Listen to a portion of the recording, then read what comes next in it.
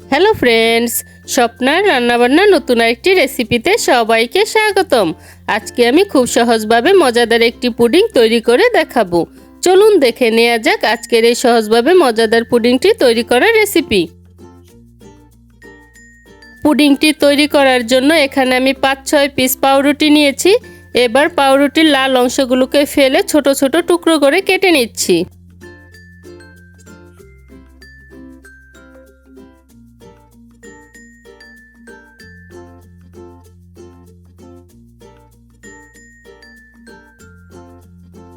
পাউরুটিগুলোকে ছোট টুকরো করে কেটে নিয়েছি।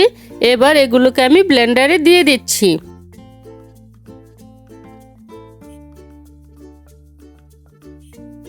এবার পাউরুটির সাথে 2 কাপ লিকুইড দুধ দিয়ে মিহি একটা পেস্ট বানিয়ে নিচ্ছি।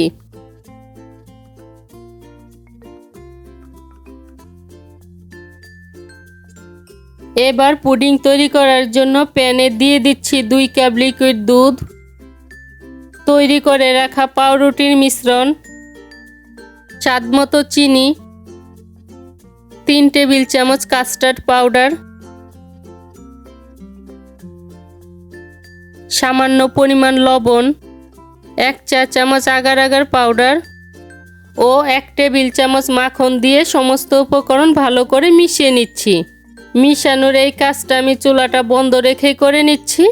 এখানে আমি আগার আগার পাউডারটা ব্যবহার করেছি। যদি হাতের কাছে আগার আগার পাউডারটা না থাকে তাহলে এখানে আধা কাপ চায়না গ্রাস দিয়ে পুডিংটা তৈরি করতে পারবেন। সব কিছু ভালো করে মিশিয়ে নেওয়া হয়ে গিয়েছে। এবার চুলাটা জ্বালিয়ে পুডিংটাকে আমি তৈরি করে নিচ্ছি।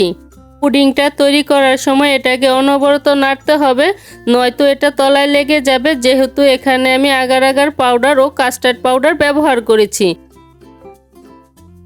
5 মিনিট মিডিয়াম আঁচে জাল করে নেওয়ার পর মিশ্রণটা আমার ঘন হয়ে গিয়েছে। আর এর থেকে বেশি ঘন করব না।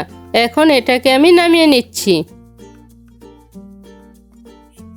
এবার পুডিংটা সেট করার জন্য আগে থেকে একটি পাত্রে সামান্য মাখন ব্রাশ করে নিয়েছি। এখন তৈরি করে রাখা মিশ্রণটা এই পাত্রের মধ্যে ঢেলে দিচ্ছি। মিশ্রণটা গরম থাকা অবস্থায় সেট করে নিতে হবে, নয়তো পাত্রের মধ্যে এটা জমে যাবে। এবার এর উপর কিছু কাজু বাদাম ও কিছু চেরি ছড়িয়ে দিচ্ছি।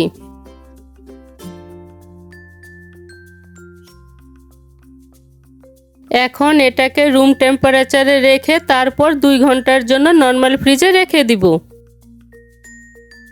2 ঘন্টা ফ্রিজে রাখার পর পুডিংটাকে আমি বের করে নিয়েছি। এখন কেটে শেয়ার করছি পুডিংটা কেমন হয়েছে।